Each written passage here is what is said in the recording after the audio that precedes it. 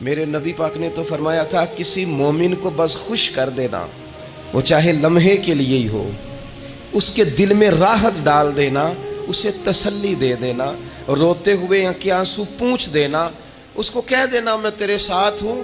فرمایا مومن کے دل میں تم نے خوشی داخل کر دی تو 60 سال نفل پڑھنے سے اللہ تمہیں زیادہ ثواب عطا۔ دوست صرف دوست کے مال کا ہی محافظ نہیں، دوست اپنے دوست کے راز کا بھی محافظ ہے۔ لوگ اپنے دوستوں سے دل کی باتیں کرتے ہیں، مسیحا جان کے، محبت والا جان کے، خیر خواہ جان کے۔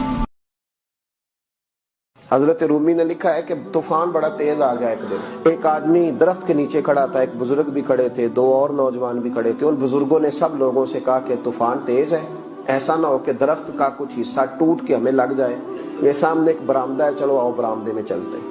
وہ دو نوجوان چلے گئے تو ایک شخص کھڑا رہا، اس کو کہا بیٹے تو بھی آ جا، کہنے لگا جی کوئی نہیں اللہ بچائے گا۔ اب ایک آدمی وہاں سے گزر رہا تھا رستے سے، اس نے گزرتے ہوئے کہا کہ بھائی برآمدے میں چلا جا طوفان تیز ہے، کہنے لگا نہیں اللہ بچائے گا۔ وہ بندہ گزرا ہی تھا کہ طوفان تیز آیا، ایک اتنا بڑا درخت کا حصہ، ایک موٹی ٹہنی اوپر سے زور سے گرا، سر پھٹ گیا، روح پرواز کر گئی۔ وہ جو دو نوجوان کھڑے تھے نا بابا جی کے پاس، وہ کہنے لگے حضرت صاحب ہمیں ایک مسئلہ سمجھائیں کہ اس بندے کا توکل اتنا مضبوط تھا تو چاہیے تو یہ تھا نا کہ رب اسے بچاتا، تو یہ تو مر گیا ہے۔ تو وہ بزرگ کہنے لگے کہ بیٹے تم نے غور نہیں کیا، میرے سمیت 4 بندے اسے سمجھانے آئے تھے، وہ سارے اللہ نہیں بھیجے تھے۔